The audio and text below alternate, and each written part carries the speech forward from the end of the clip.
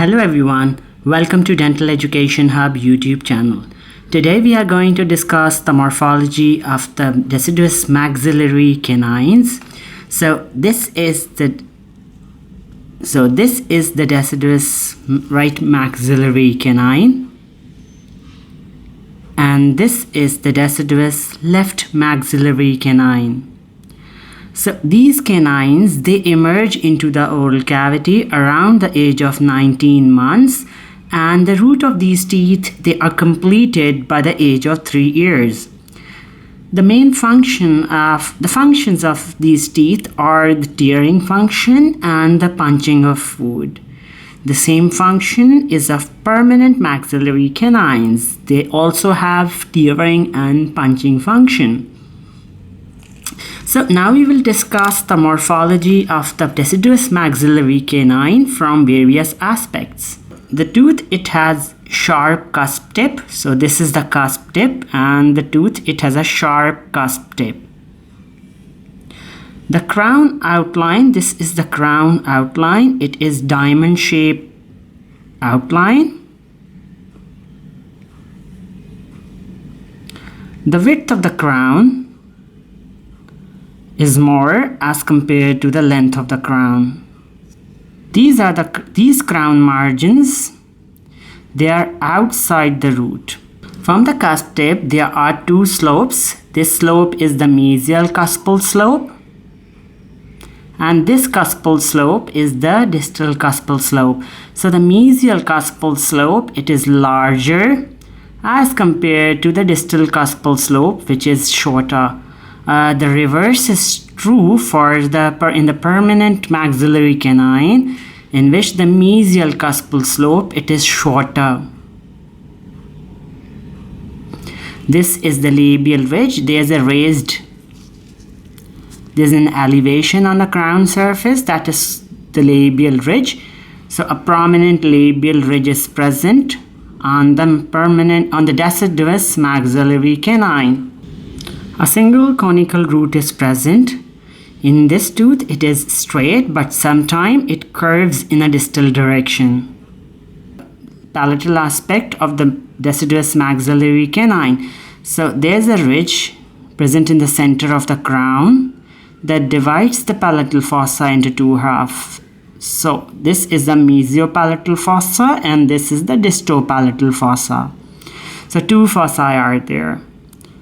This is the mesial marginal ridge, and this is the distal marginal ridge. So the marginal ridges, they are very less developed.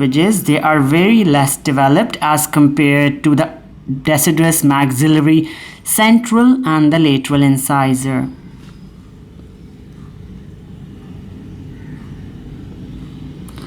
One of the features is the root of the deciduous maxillary canine is longest as compared to the other deciduous teeth. On the lingual aspect, there's a taper of the crown and the root. And because of this taper, part of the mesial surface and the distal surface of the root and the crown, they are visible from the palatal aspect. So this is the tooth from the mesial aspect. From the mesial aspect, the labiopalatal width of the tooth, it is more as compared to the deciduous maxillary central and the lateral incisors. This is the labial cervical ridge, and the labial cervical ridge, it is more well developed as compared to the other deciduous maxillary anterior teeth.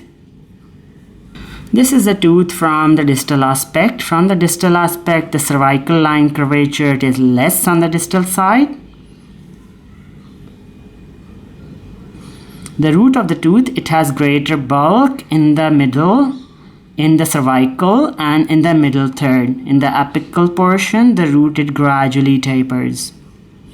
This feature is common on both the mesial and the distal aspects. This is the incisal aspect. The crown, it has a diamond shaped outline.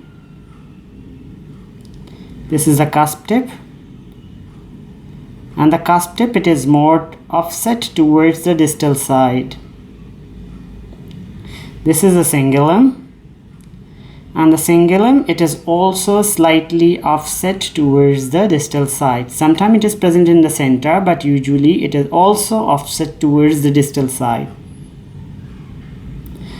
In the center, in this model, you cannot clearly identify that, but in the center there is a palatal ridge that divides the crown, that divides the lingual fossa into two halves, the mesial and the distal palatal fossae. Over here, one mesiopalatal fossa and the distopalatal fossa. So this is a brief description of the deciduous maxillary canines. So if you have any questions, feel free to ask in the comments below. Do check out the links in the description of these videos. Again, thank you so much for watching this lecture. Stay blessed always.